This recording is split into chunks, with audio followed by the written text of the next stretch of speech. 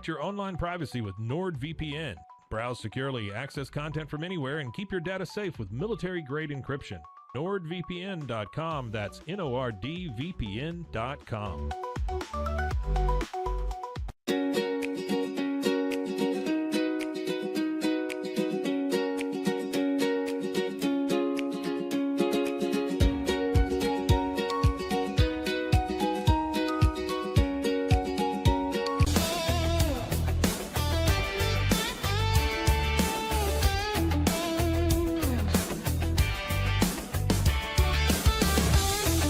Not just a glove, it's a 44 Pro. Crafted with dedication, made for performance, and built to last. Get your custom glove today at 44pro.com and experience the 44 Pro difference. That's 44pro.com, 44 Pro.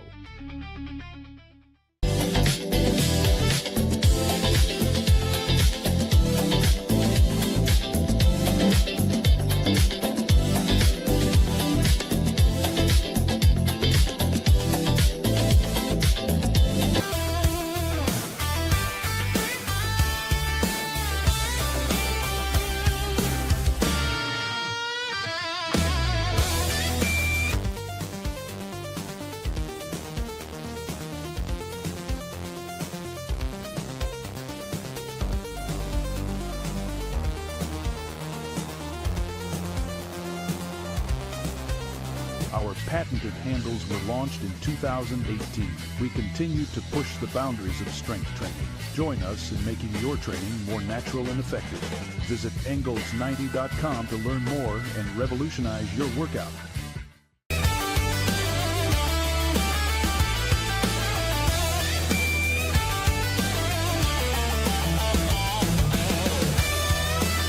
Looking for tickets to the hottest shows, games, and events? Ticket Liquidator is your one-stop shop for great prices, no hassles, and guaranteed tickets. Whether it's sports, theater, or concert, for the best seats at the biggest events, start with Ticket Liquidator today at ticketliquidator.com. Ticket Liquidator.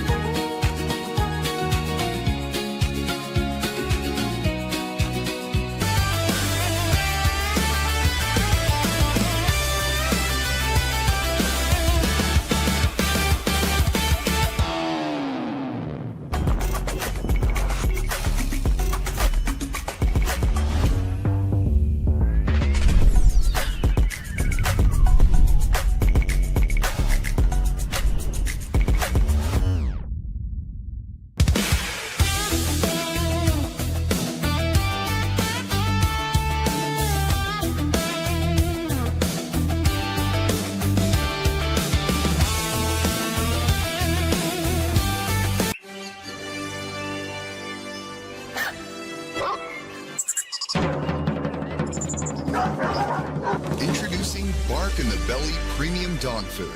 100% of profits go to help dogs in need. Over 30% of adults struggle with chronic foot and joint pain, and many face mobility limitations as they age. But a revolutionary Comfort First slipper has taken the wellness world by storm. Try Cloud Slides and feel you are walking on the clouds. Cloud Slides.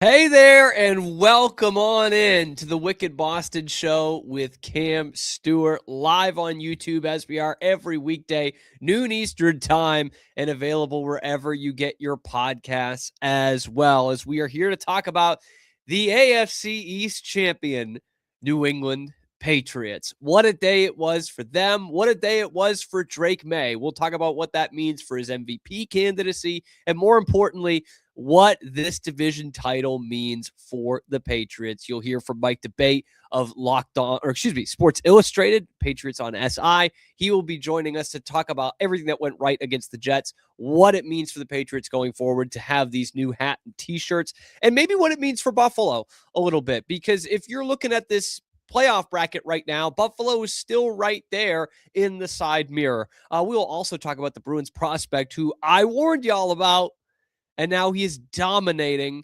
on the world stage. What a steal for the Bruins. All that and more coming up on this episode of the Wicked Boston Show with Cam Stewart.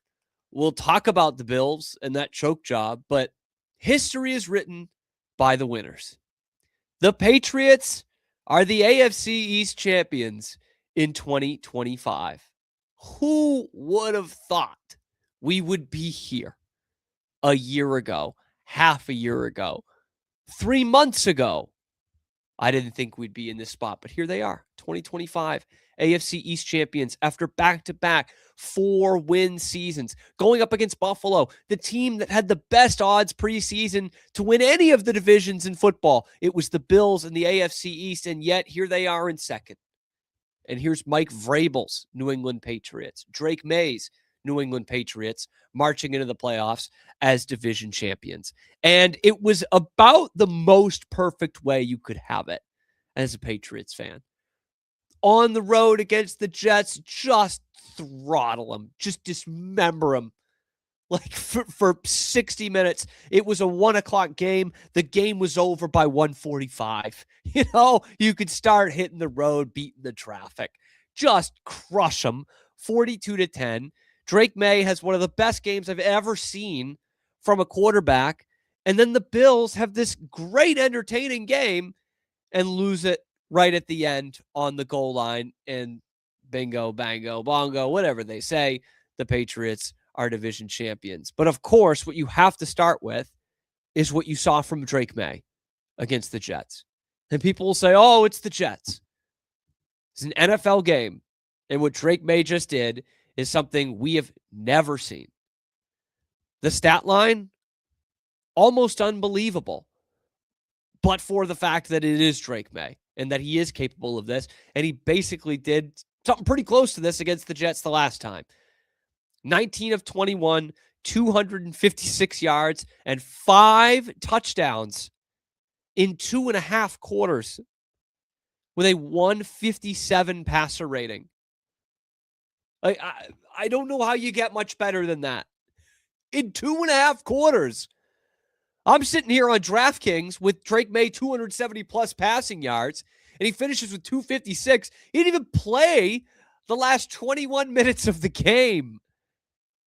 I should be frustrated at that, but I can't help it. This is incredible. Incredible.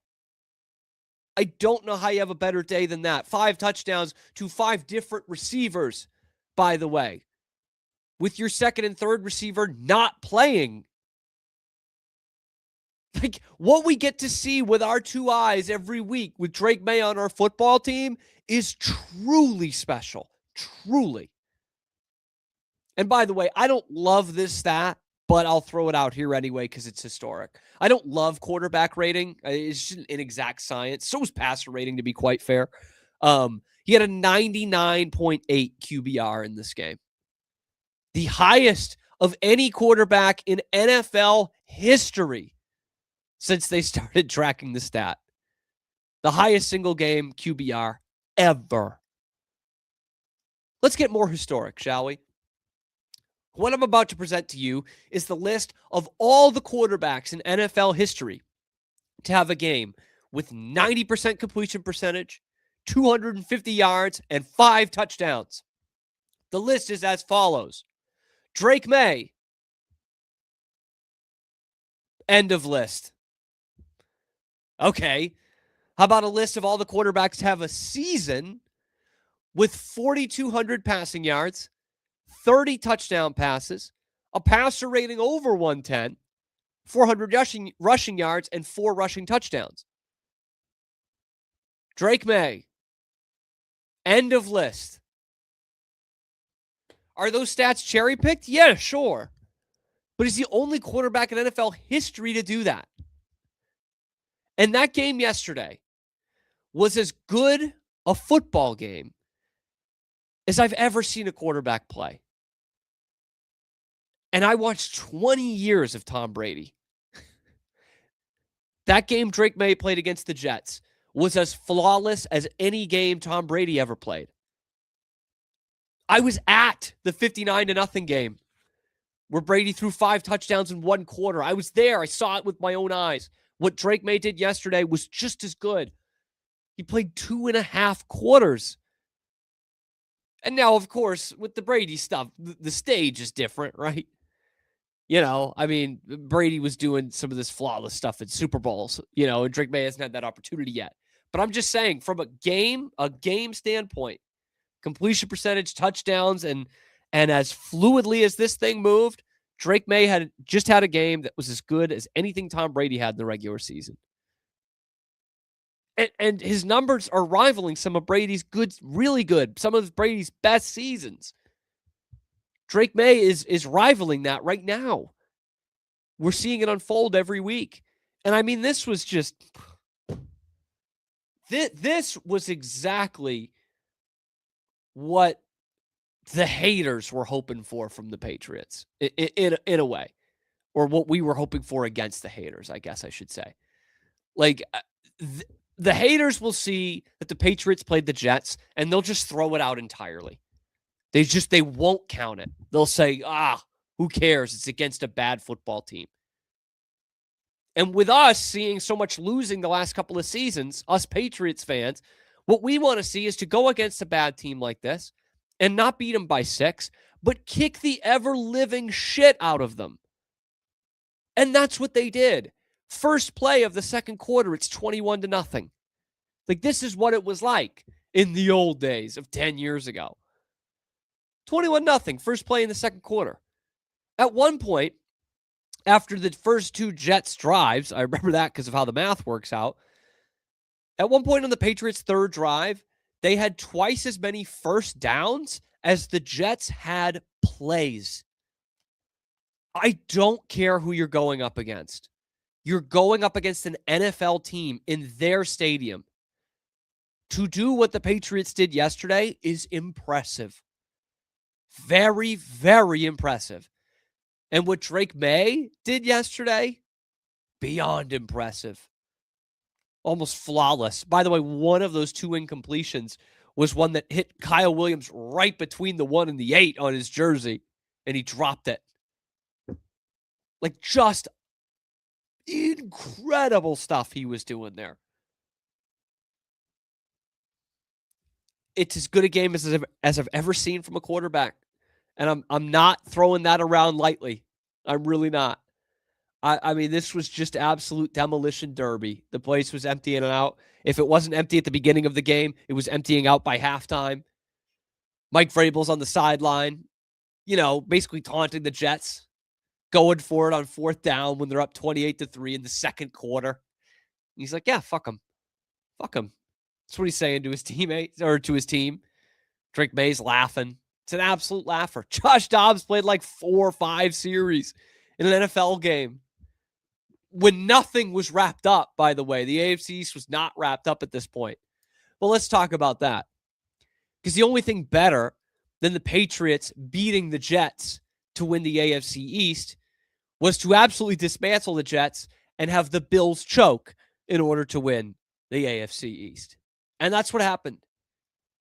Josh Allen choked in this game. He brought him back, sure. But that last play, he's got a guy wide open in the back of the end zone. All he's got to do is lead him. You know, there's no help from the Eagles. They go bold. They go for 2. I didn't think they should go for 2. Like, I thought that was kind of a silly decision by Sean McDermott. They had been absolutely dominating the Eagles in the second half. The Eagles had like 2 first downs in the second half. They couldn't move the ball against him at all. And instead they decided to kind of put their balls on the table and go for it. It didn't work. And it just makes me think back to 2 weeks ago. 2 weeks ago, all I heard was that Drake Maye wasn't ready for the big stage, that he choked, that Josh Allen's actually the MVP because he puts on the Superman cape. And Sean McDermott is actually the NFL Coach of the Year. And that here come the Bills again. They're going to win the AFC East. I don't know why people were so bought in to the Bills winning the division after that win over the Patriots a couple weeks ago, since the Patriots were still in pole position throughout each of the last 2 weeks. But by golly, they bought in. Everyone did. Outside of New England was saying, man, that's a fun team, but the Bills are a real team. The Bills are going to win this division. It's the Bills year. You might not have Lamar. You definitely don't have Mahomes in the AFC playoffs. This is the Bills year. And yet, they were as big a favorite as anybody in the league to win their own division, and the best they're going to finish is second. And you have the balls to tell me that Josh Allen's the MVP again? You have the balls to tell me that Sean McDermott is the NFL Coach of the Year? Couldn't even win his own division? It was sweet. It was sweet. You know, I think the Bills thing has run out. The whole the Buffalo Bills darling thing. I think that reputation is kind of run dry. They've had their chances for years now to be the apple of the eye of the neutral NFL fan. If they could beat Kansas City, they didn't do it. And now here we got a year where there are some fun, exciting stories. I know people don't really want to root for the Patriots, but that's an exciting story. They were 4-13 the last 2 seasons, and they still have a shot at the number 1 seed. You know, the Broncos, they've played 1 playoff game in a decade. They're going to be probably the number 1 seed. The Jags have turned this thing around. The Bears have turned this thing around. The 49ers are on this great run the last 2 months. There's not a lot of room in the NFL narrative, in the NFL fairy tale for the Buffalo Bills anymore. I don't think there are a lot of neutral fans that are like, damn it. I was really hoping the Bills would win the AFC East. I don't think it's like that. And I will say, around here even, there were Patriots fans that got to a point in the playoffs where they were like, you know what? I'd rather see the Bills win than the Chiefs or the Ravens or whomever. I think that's run out too. And for me, I know it definitely did after 2 weeks ago when everyone was sold on Josh Allen MVP, Sean McDermott Coach of the Year, Bills AFC East champions. I don't hear it a lot now. It's kind of funny. I'm not hearing it anymore. I'm not hearing about how great the Bills are in December and how they're inevitable and that this is their division. I'm not hearing Haley Steinfeld saying the teams the AFC East are the Bills and their 3 sons. I'm not hearing a lot of that today. If you're a Bills fan, I think you got to be upset. The roster management the last 2 seasons has gone downhill. That's a reason why their window is closing. And while, again, are they still a good football team? Absolutely. There's not really much of an excuse to not win the AFC East when you look at what it was going into this year. Like if you beat Miami, who's still not a good team, they had a good little run, but they're not a good team. If you beat Miami, we'd have this coming down to the last week of the season. And instead, you had 3 shots at the goal line, basically, to win that game. 3 goal line plays. With Josh Allen, he converted 1 of them. MVP. It's just funny. It's just funny to see. The Patriots are the ones getting the last laugh here. In the regular season, anyway. There's a chance they could meet in the first round of the postseason. There's still a chance at that 5% chance as it stands going in to week 18. I think the Patriots would love that. I talked about it last week. I think the Patriots would rather play the Bills than someone like Houston. I'd rather them play the Bills than Houston. The most likely candidate right now is the LA Chargers, and there's some inherent advantage to that of a team that plays in warm weather, that has to fly across the country. There's an inherent advantage there, but I think the Patriots themselves would rather play the Bills. If you're going to be taken seriously and you're going to be for real and you're going to be an actual Super Bowl contender, and people have been bitching about your schedule all year, take out the MVP. Take out the team that everyone wants to anoint in the AFC. Take them out in the first round. That'll shut a lot of people up. And that might give you one heck of a lift going into Denver, potentially. Or if it shakes out like it did in 96, you avoid Denver entirely. You get Jacksonville coming into your building. It's the exact scenario that happened when the Patriots made the Super Bowl with Drew Bledsoe and Bill Parcells. So I think that's who they want to face. And this is not the ultimate goal. It's not the ultimate championship. We don't hang banners around here for the AFC East. In fact, I don't know that any Patriots fan has bought AFC East championship gear at full price. I think most of us, if we did buy it, would be at the tent sale, the next training camp after they win the Super Bowl. So this is not like the end-all, be-all, but this is a day for Patriots fans to puff out their chest a little bit, to take a bit of a victory lap. There's a 5-year sabbatical, but it's our division again. And it's especially sweet after 2 weeks ago when everyone and their dog crowned the Bills. And I heard it for weeks, man. Like, oh, the Bills are in position here to win the AFC East. I'm like, no, they're not. No, they're not. They don't control their own destiny. I don't know what people thought the new rules were in the NFL, but they were not in position. And still, even after they lose at the goal line, Burkhardt and Botox Brady are sitting there saying, oh, this could be a matchup again in 5 weeks or so. Like right now, they're like the 7 seed. They're not winning the division. And people are like, they're probably going to the Super Bowl. I don't know where the glaze is coming from. I don't know what big games the Bills have won for people to just say, oh, they'll go to the Super Bowl.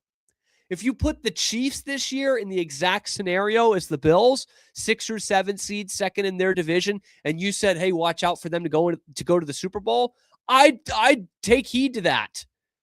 I think we all would. I think we would all buy into, okay, the Chiefs can F around and go on a run because they've done it before.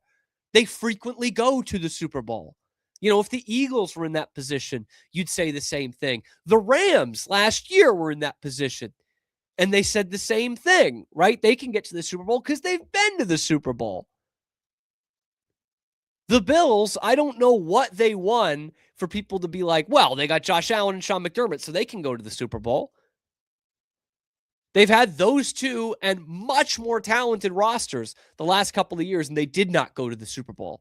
So I personally don't know where it's coming from. But for right now, you can take a victory lap with the Patriots as the AFC East champions.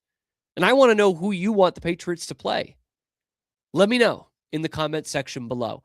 Be sure to like the video, subscribe to the channel. Of course, we come at you live every weekday, noon Eastern time on YouTube, and then we're available wherever you get your podcasts as well. Your lunchtime alternative to Boston Sports Talk Radio. It is right here on the Wicked Boston Show with Cam Stuart. When we come back, we're going to have Sports Illustrated's Mike Debate coming on to break down what went right in this Patriots win, what was the most impressive part of Drake Maye's arguably career day, and then what this means for the Patriots going forward to be AFC East champions. That's all coming up next on the Wicked Boston Show.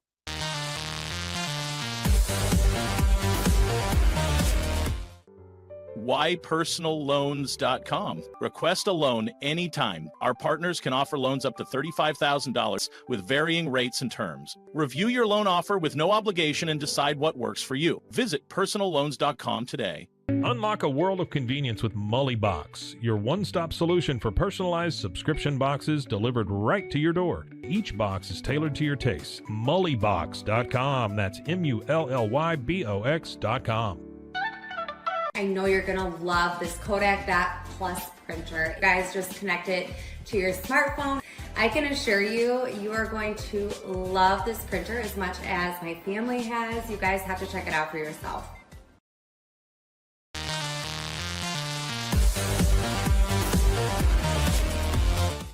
I am obsessed with helping business owners increase their traffic and turn it into profit through the power of Pinterest marketing. It's this amazing platform where people are looking for ideas, inspiration. They have a problem and they're actively looking for a solution.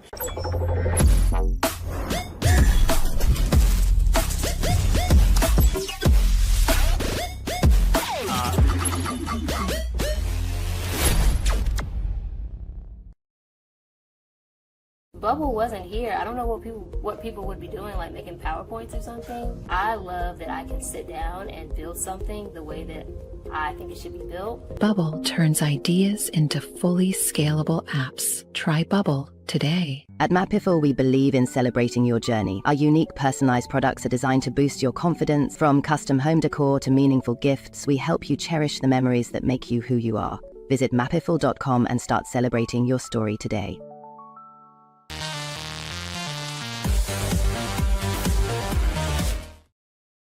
Welcome back, Wicked Boston Show, here on the Rogue Media Sports Network. I'm your host, Cam Stewart. Zach Burke behind the glass, keeping us on the air 5 days a week, live on YouTube, and then available wherever you get your podcasts as well. It is your lunchtime alternative to Boston Sports Talk Radio right here on the Wicked Boston Show. The New England Patriots are the 2025 AFC East champions. If you had told me that at this point last year, we would all thought you were crazy, but here it is. They get the blowout win over the Jets. The Bills choke at the end of the game on the goal line. Josh Allen misses a wide open guy. And here we are, hats and t-shirts all the way around. No one better to help break down the Patriots Jets game yesterday and what this AFC East championship means going forward than our pal, Sports Illustrated's Mike Debate. Mike, again, we come into this. We've said it a couple times this year. We had no idea the Patriots were actually going to be in this kind of position, but here they are. They're AFC East champions. And what I want to know is, what does that mean for this team going forward this year? Like, for some teams, that doesn't mean a lot to be division champions, but how do you think Mike Vrabel treats this?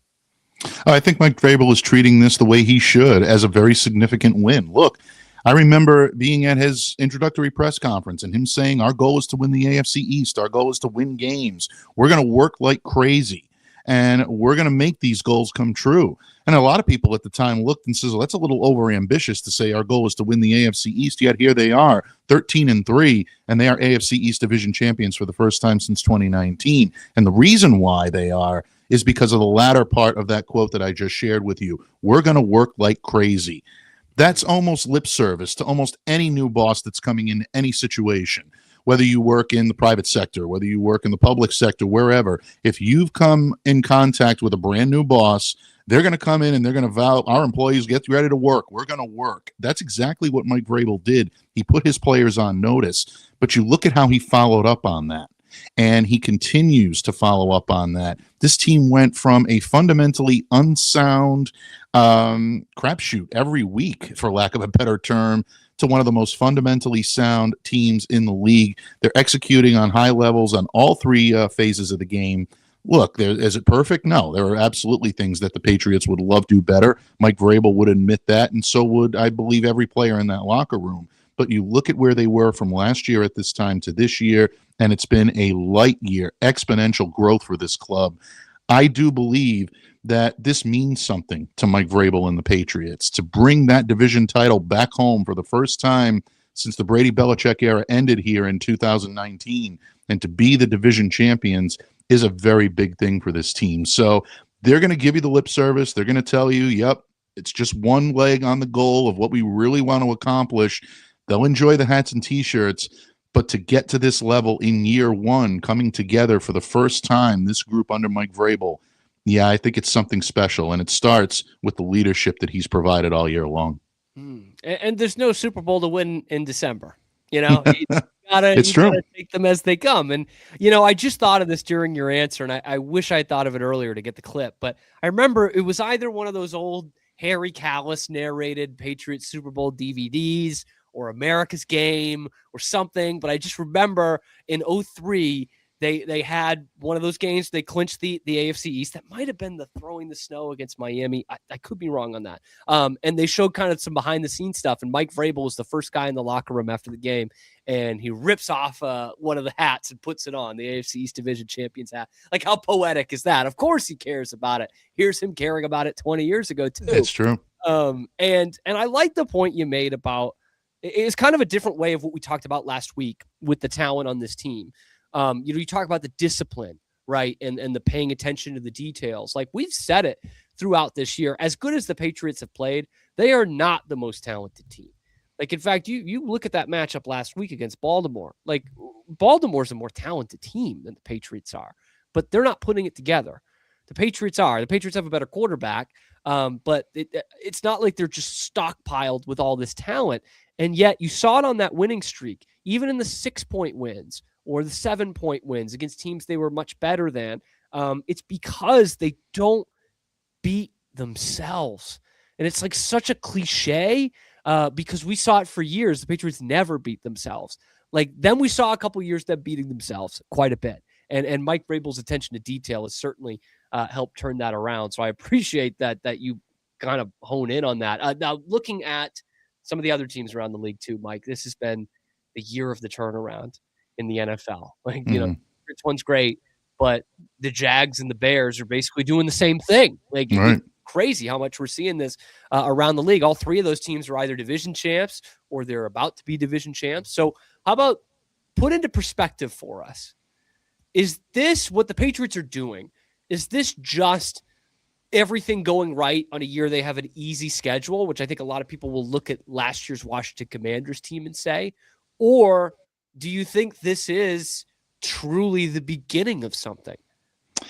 I think it's a little more on the latter than it is the former. And of course, people are going to accuse me of being a homer when I say that. But I truly believe that the Patriots are onto something here because of the camaraderie they're showing in the locker room, because of the pride they're showing with each of these wins. But also, you listen to all of the veterans on this team, I include the rookies in that as well. But to me, veterans are so important at this time of year because they're the ones that the younger players are looking to for guidance.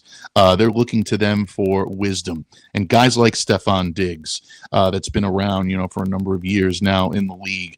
Guys like Hunter Henry, guys like Anthony Jennings on the defense that have been to the Patriots, highs and the lows, and they've helped this team grow exponentially throughout these past few years.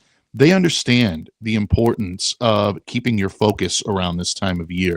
And everyone in that locker room is supremely focused on their goals, their immediate goals and their long-term goals. And when you have that type of buy-in, that really is something that can't be replicated. The schedule is something that, unfortunately, detractors are always going to use against this Patriots team. They're going to say, well, they ran into a very easy slate and they were able to run the gauntlet. You still have to go out and do it. You're still facing NFL caliber teams each and every week. And we've seen several times that any given Sunday can produce a different winner. And there's no guarantees in the NFL. You don't show up and simply beat a team just because on paper you're favored or because the odds makers in Vegas happen to have you as, 5, 6, 7-point favorites over the team that ends up, being the underdog. There is an inherent pressure that comes with that. And as the Patriots continued that win streak, they weathered that pressure very well.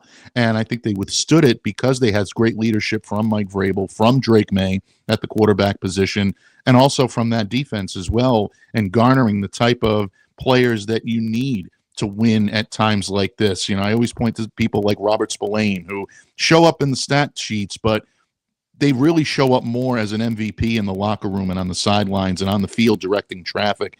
Those are the types of guys that the Patriots have always prided themselves on having, and now you're seeing that kind of recreated in a new image, but it's still the same type of Belichickian concept that we saw in the early days of the Patriots dynasty. So Mike Vrabel was very careful of those messages that he needed to bring over. A lot of people said the same thing about the 0-1 team. They caught lightning in a bottle. They rode Tom Brady on the heels of Drew Bledsoe getting injured, and Bill Belichick pressed all the right buttons. Go back and take a look what was said about that team. Most people figured the Patriots were a flash in the pan, and that was the beginning of something really, really special. I see a lot of similar traits in this club to lead me to believe this is not a one and done for the Pats. I think they're here to stay. We're getting close to talking about culture wins again. I have a feeling like middle of next year, Mike, we're going to be talking about, it was a culture win for the Patriots, which is something we used to just throw around when they were just too great for us to keep talking about it. And again, like the whole schedule thing you talked about at the beginning there, like they dismantled the Jets yesterday. Like that wasn't even close. I don't care how bad the Jets are. I don't care that I was sitting there thinking, how on earth did any NFL team lose to this team this year? The game was over a play into the second quarter. Like that doesn't happen in the league every week. Almost never does it happen. Talking with Sports Illustrated's Mike Debate here. And Mike, the first guy we usually talk about on these weekly recaps is Drake Maye, and rightfully so. He's usually the one that is the shining star, and that was certainly the case against the Jets. Again, I mean, I said in the last segment, as good a game I've probably ever seen a quarterback play, like regardless of or taking away kind of the context of the stage, like, Brady throwing for 466 and leading a 25-point comeback in the Super Bowl is something entirely different. But this was like an absolutely flawless game from Drake Maye. And if we're talking regular season, it's about as good as I saw anything that Brady did. He's 2.5 quarters. He throws 5 touchdowns to 5 different receivers. Am I crazy for going that far, Mike? No, you're not crazy for going that far because, first of all, we're excited to see this type of quarterback play. It's been a long time since Patriots fans have gotten excited about the guy under center the way they are with Drake Maye, and he's earned every bit of it.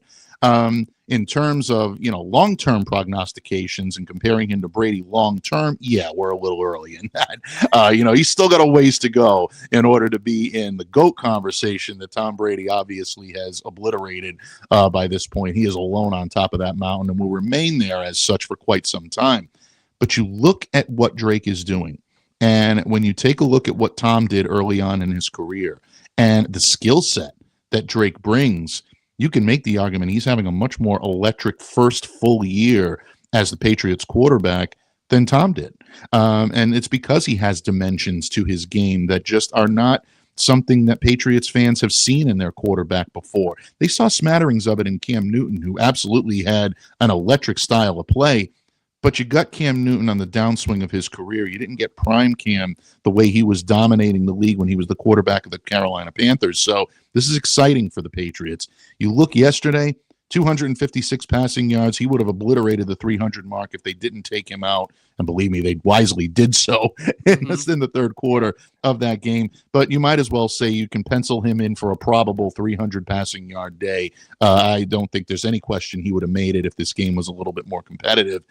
5 passing touchdowns, like you said, to 5 different receivers, completed 90.5% of his passes. He became the first player in NFL history, and this is a kid doing it in his second season, first player in NFL history to have multiple games this year with 200-plus passing yards, 2+ passing touchdowns, and at least a 90% completion percentage. That's insane.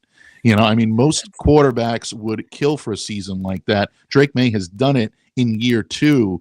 Really his first full year as the quarterback of this team.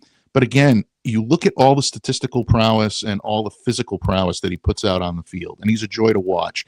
What impresses me most from one year to the next is his leadership capabilities. The way every player on that team looks at him for guidance. They look at him for direction.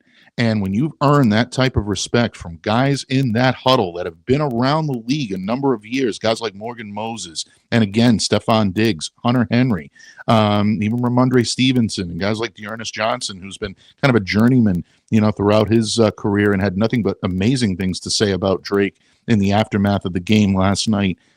He's earned that respect because he's been the respectable player on the field and in the locker room. So, yeah, MVP, in my opinion, I wish I got a vote. I don't get one, but if I did, he would get one.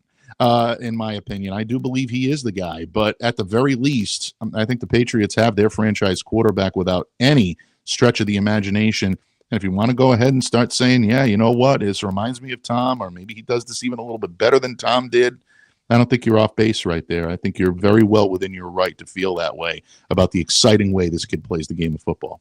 I mean, yeah, and it's every week. Like it's every week he's turning out not quite this, but not that far off. Like he's truly, I mean, at an elite level for this entire season. And again, with the MVP stuff, like we're looking MVP every week.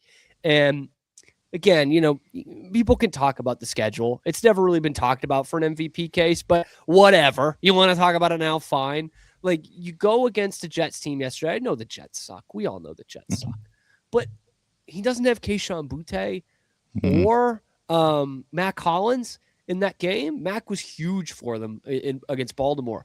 And he still puts up this just otherworldly historic performance. It's incredible. And in fact, I think we'll look back on it 5-10 years from now, maybe not just this performance, but the whole season. And it'll be like a meme, Mike. It'll be like, oh yeah, you think this guy's great, Drake Maye threw 5 touchdowns to Efton Chisholm and Hunter Henry and Austin Hooper and Ramondre Steve, and like we'll just go down the list. Stephon Diggs, of course, people will remember. But it's gonna be like when Brady made the AFC Championship game with Rashae Caldwell as his leading receiver. That's exactly what I think it's going to become. Very well put. I think that's just where we're headed towards. And before we kind of get out of this, I do want to bring up this point of 28-3 in the second quarter. There's a roughing the passer call against Drake Maye. 2 guys kind of honing in on Drake, and Mike Vrabel didn't really like that. And so they go for 2 4th and shorts before the half. They make it 35-3. And at one point, the camera's on Mike Vrabel on the sideline. And he's kind of, if you can read lips, you can tell he says, yeah, F him. And some of the players, including Drake Maye, are just loving it.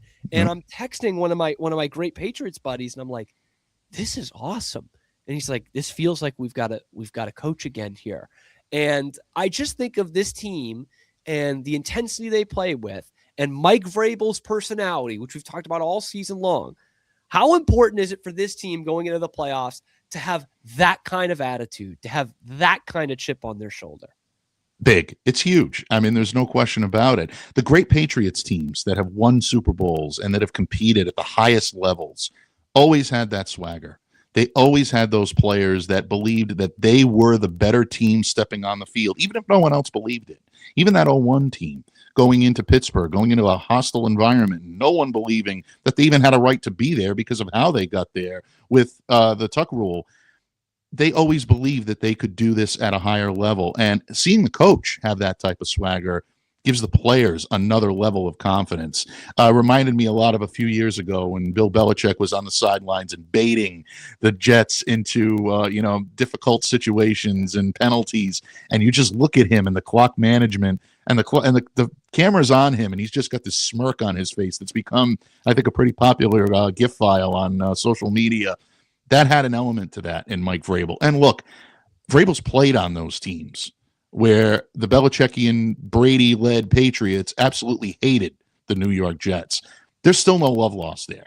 And Mike also realizes that, but for a switch of fate, he might have ended up having no other option than to go to the Jets. I think he appreciates the fact that Robert Kraft allowed him the opportunity to open the door and come back here to New England. So, yeah, there's an element of that rivalry into it. There's always going to be. I think the Patriots and the Jets always have that type of history together, and they will continue to. But at the same time, what it tells me is Mike Vrabel is going to protect his players at all costs, and you want that in a head coach. But most importantly, I think it shows that they have the confidence to be able to toy with an opponent that they knew was an inferior opponent going in. And if we do have any Jets fans listening, look, I'm sorry. I don't mean any disrespect, but look at the 2 teams on the field yesterday. There's a big difference between where the Patriots are and where the Jets are. Can the Jets rebound and get to that level? Maybe. I mean, someday, who knows? They might be able to put it together. Haven't been able to do it in a couple of decades. But bottom line, I'll never miss a chance to it's been a long time. Yeah. I'll never miss that opportunity. But no, seriously. But in all seriousness, getting back to the Patriots, yeah, I do believe that type of swagger is going to do them well in the postseason, because any team that they're going to play is going to have an equal amount of confidence that they can get the job done. Patriots got to be able to match it, and they have to be able to rebound from adversity in game to be able to get back into some of these games. So, yeah, hearing Vrabel do that definitely put a smile on my face, and it should give the Patriots players in that locker room an awful lot of confidence. Crazy night and day difference with the Patriots the last time they were in that building. Definitely very much night and day. Mike, nothing's been sealed in terms of the number 1 seed yet. Patriots are still in play for that. They've got Miami coming in. A lot of people saying, maybe just rest them. You're probably going to get the number 2 seed anyway. What are you looking for in the game this week against the Dolphins? And, what are you writing about on SI? Well, I think the Patriots are going to approach this as a must-win. I really do believe that, and I know a lot of people are probably going to say, "Well, that's very cautious, and that's very undercautious, and that's very risky." And there is an element of risk involved there. But when you're dealing with a team that is banged up as the New England Patriots are right now, to have that first-round bye and have the road come exclusively through Foxborough to get to Santa Clara and the Super Bowl is important. So I do believe the Patriots are going to approach it as such. That being said, Mike Vrabel is pragmatic as well. He's not just, damn the torpedoes, full speed ahead. He's going to look at his roster and he's going to say, which guys do we absolutely need for the playoffs to make sure that this team is as healthy and as strong and as stacked as it possibly can be, facing either a Buffalo Bills team or Los Angeles Chargers team, or however things shake out for the Patriots in the first round. If they do end up playing in the first round, they need all hands on deck. So I do believe he'll be cautious. It wouldn't shock me to see a laundry list again of players that are listed as questionable or that are listed on the injury report. You're probably going to have a lot of guys declared inactive before the game. If they're banged up or they're in any way compromised, I would probably say that they'll err on the side of caution. But I still believe Drake's going to go in this game. I think he's going to get the start. Depending on how the game goes, it wouldn't shock me to see him pulled relatively early just to keep his health. But if the Patriots are cooking on all cylinders, yeah, they may decide to leave him out there and let the kid make his dinner, so to speak. But in any case, I do believe the Patriots will try to win this one and try to secure that number one seed. But ultimately, health is the most important equalizer, and Mike Vrabel's not going to jeopardize that for any way, shape, and form. So we'll see. We'll know more about what the Patriots' intentions are with the guys on the field once they hit the practice fields again and once we see what they're capable of doing starting on Wednesday. Mike Debate, AFC East Division champion, Patriots on SI, but just Patriots on SI if you're typing it in. Mike, always appreciate your time. Thanks so much for joining us again, breaking that down. Absolutely, bud. Always an honor, always a privilege. Next time we talk, it'll be next year, man.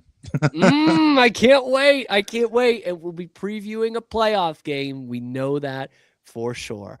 There he goes, Mike Debate, Patriots on SI. Cannot wait to be looking at this playoff bracket next week at this time. But let's bask in the AFC East Division Championship for now. Let me know what you're looking for with the Patriots this Sunday and who you want to play in the playoffs. Let me know in the comment section below. Be sure to like the video, subscribe to the channel. Of course, coming at you live every weekday, noon Eastern time, and then available wherever you get your podcasts as well. It's your lunchtime alternative to Boston Sports Talk Radio. It's right here on the Wicked Boston Show.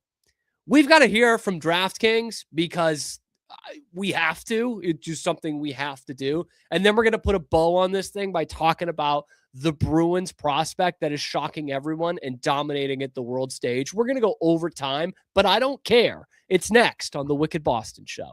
Holiday football has arrived. With DraftKings Sportsbook, an official sports betting partner of the NFL, the unexpected can turn game day into payday. And don't forget, DraftKings has your back with early exit. If your player goes down in the first half, you still get paid in cash. Download the DraftKings Sportsbook app and use code CAMSHOW. That's code CAMSHOW. New customers can bet $5 and get $200 in bonus bets if your bet wins instantly. In partnership with DraftKings, the crown is yours. Gambling problem? Call 1-800-GAMBLER. In New York, call 8778-HOPE-NY or text HOPE-NY 467369. In Connecticut, help is available for problem gambling. Call 8887-897777 or visit ccpg.org. Please play responsibly. On behalf of Boot Hill Casino and Resort, Kansas, pass-through of per wager tax may apply in Illinois. 21 plus age and eligibility varies by jurisdiction, void in Ontario. Restrictions apply. Bet must win to receive bonus bets which expire in 7 days. Minimum odds required. For additional terms and responsible gaming resources, see dkng.co/audio limited time offer.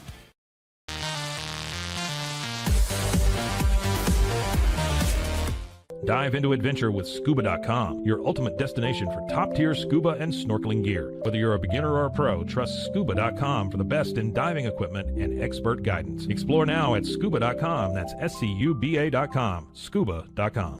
It's the Restore Clarity Focus Patch, my little secret weapon for staying sharp, focused, and on task. Each box comes with simple instructions inside, so you always know exactly how to apply it. Each patch lasts for 3 days. I love that I can wear it all day. This is what $500,000 in a duffel bag looks like. Actually not real. That's because it's actually prop money. It looks realistic from a distance, but up close you can see it says for motion picture purposes. Visit propmoney.com today to get your money seen or money shot right with Prop Money Inc.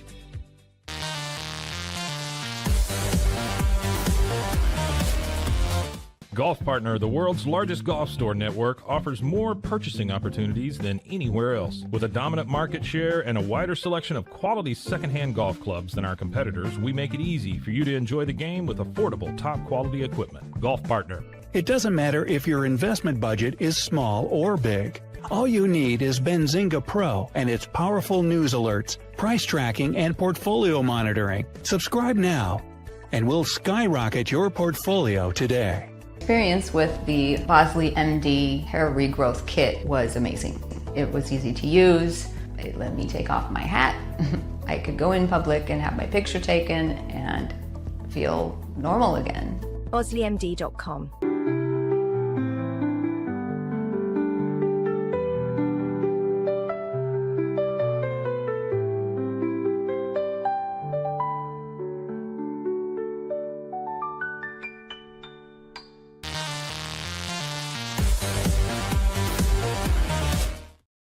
Back here on the Wicked Boston Show, Cam Stuart, Rogue Media Sports Network. Appreciate you guys tuning in. We've talked a lot about the Patriots being the AFC East Division champions, and rightfully so. But it is hockey season, too. And maybe my favorite annual tournament, other than the Beanpot, is the World Junior Championships, which is going on right now. USA on home soil, a little 2-0 start, looking for the three-peat. And the Bruins are suddenly in the middle of this tournament. The Bruins suck. The tank is on. It's not really fun right now to be rooting for the Boston Bruins, but for the first time in a long time, you actually have some prospects that you're excited about. When you look at the World Juniors, everyone thought the Bruins prospect to watch was James Higgins, who has been very good through the first 2 games for the USA, top 10 pick in last year's draft. But in reality, it was a guy who got a late invite to the World Junior Camp for Team USA. It's a guy who was a bit of a long shot prospect last year and was traded to the Bruins for Charlie Coyle, and a guy who wasn't expected to do much in college hockey this year, and he just continues to prove everyone wrong. The hockey world is beginning to learn Will Zellers. This kid has dominated the start of this tournament. And at the time of this going out, it's been 2 games, 4 points, 3 goals for the freshman from playing at North Dakota. This was a guy who was seen as a throw-in in the Charlie Coyle deal last year with Colorado. But what we've come to learn is that, no, I'll bet Casey Middlestat was the throw-in. Will Zellers was the guy the Bruins identified, that Don Sweeney identified. And I got to give credit where credit is due. Right now, that looks like a steal of a trade. Because again, Zellers was not really on people's radar. He's playing in the USHL, not that highly regarded a league. He had a great season. He scored 44 goals, won the scoring title in the league MVP. But it wasn't like this kid had all kinds of hype going into UND this year. You know, Keaton Verhoff was the guy that everyone was excited about. And he gets the late invite to the World Juniors after having 10 goals in 15 games for North Dakota. And here he is, dominating. 2 goals in game 1, scores from an impossible angle in game 2. Then everyone says bad goaltending, but we see that goal in the NHL fairly frequently. Guys not holding the post and it going up right off their ear and into the net. That's a goal scorer with an absolute snipe on his stick. Will Zellers is turning everybody's head right now. And again, you added a top-tier prospect potentially in this trade deadline where you were cleaning out your cabinet. right? Like the Marchand one, everyone was pissed off mainly because Marchand was leaving and that it wasn't a first round pick right away. Now it is a first round pick. And you got rid of Carlo for Toronto's first round pick, and they're worse than the Bruins are right now. You gotta worry about them going into the top 5 because it's a top 5 protected pick. You know, you trade Charlie Coyle for Casey Middlestat, and you're like, well, you're taking on some money there. Middlestat's going to be here a couple more years. He's not really that good a player. But instead, you get Will Zellers in there too. And he continues to do what he does best, and that is score goals. All the kid does is wake up in the morning, lace up his skates, and put the puck in the net. How many times have I said it this year? So you get the benefit of the James Hagens watch and watching BC and watching the World Juniors and zoning in on number 10. But now you're getting it with Will Zellers too. He's not in your backyard, but he's playing for one of the best programs in college hockey at North Dakota. And he's doing his thing. And he's stealing the limelight on Team USA. And all his teammates and his coaches are raving about him. And what people really love, the people that have been watching this tournament, they'll see that Will Zellers looks like more than a goal scorer. A guy who was 44 goals and 27 assists in the USHL last year. What's impressing people the most is he's playing some defense in this tournament. He has been all over the puck. He is forcing turnovers. He is forcing play. He's creating offense. That is the biggest surprise. Wherever Will Zellers goes, he's going to score goals. But watching these first 2 games, I'm like, man, this kid is all over the puck. He's suffocating guys. And that's where I think this becomes a humongous growth point for Will Zellers. Anytime you're playing amongst the very best in the world at your age, that is terrific practice. Right? Like that, you're playing with the best players, against the best players, and with the best coaches around your age group.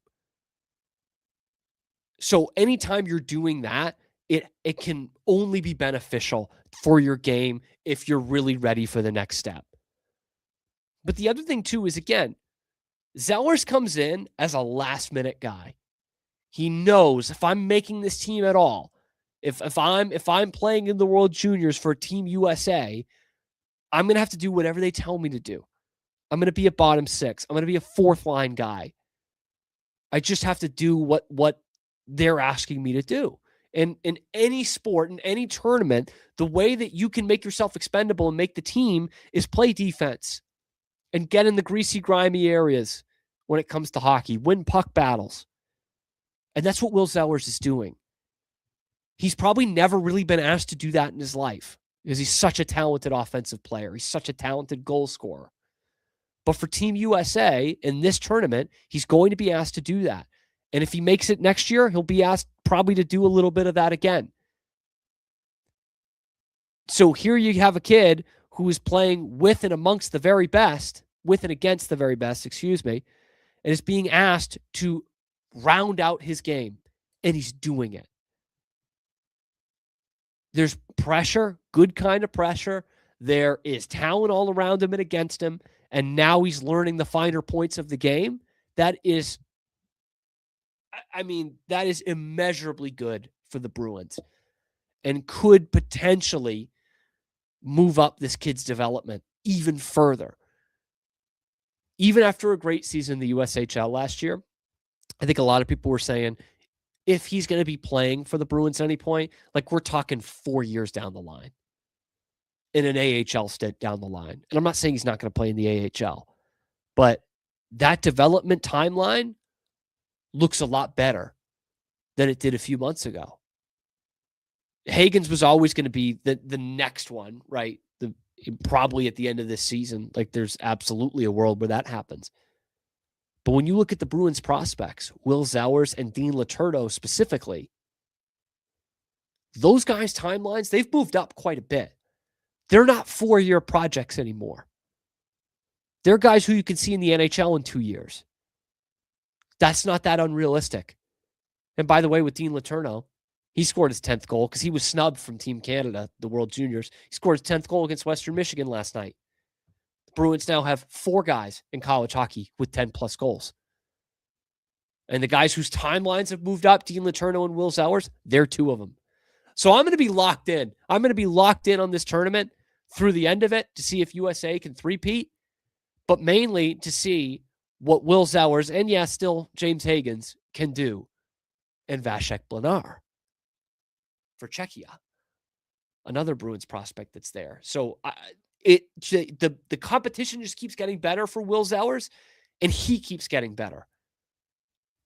It feels really great to be following Bruins prospects right now. Let me know what you think. Are you watching the tournament? How excited are you for Will Zellers? Let me know in the comment section below. Be sure to like the video, subscribe to the channel. Of course, we come at you every weekday, noon Eastern time, live on YouTube, and then wherever you get your podcasts as well. Your lunchtime alternative to Boston Sports Talk Radio, you bet. It's right here on the Wicked Boston Show with Cam Stewart. Tomorrow, we're going to talk some more Patriots. We are going to talk some Bruins. We're going to have Jack Studley of Boston Hockey Now to join the show. We're going to talk about this Bruins stretch, what it means for them at the trade deadline, and if you even want them to turn it around this year. That's coming up tomorrow. We will see you then on the Wicked Boston Show.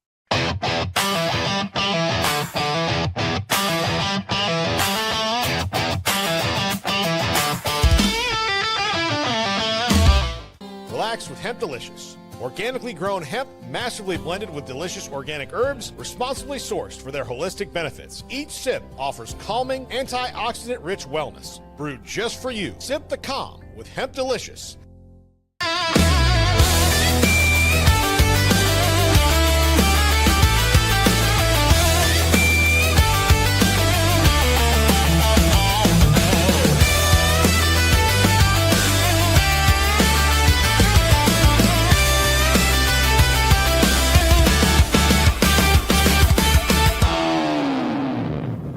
At Open Goal USA, we're revolutionizing training for both soccer and lacrosse with our innovative portable rebounders. Perfect for players of all ages and skill levels. Visit OpenGOAAALUSA.com and elevate your training today.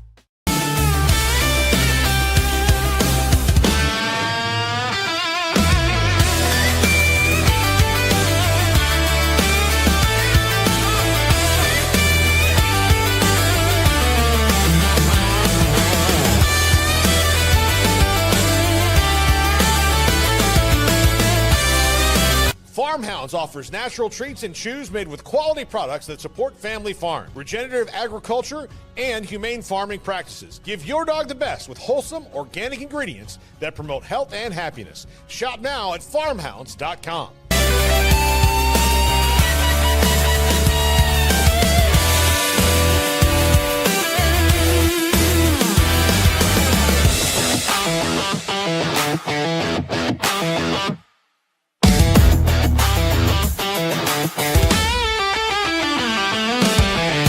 Get paid faster with Bill, the easiest way to send, receive, and manage your payments. No more delays, no more hassle. Whether you're a freelancer or a business, Bill makes payments seamless and secure, simple, fast, and reliable. Sign up today at Bill.com.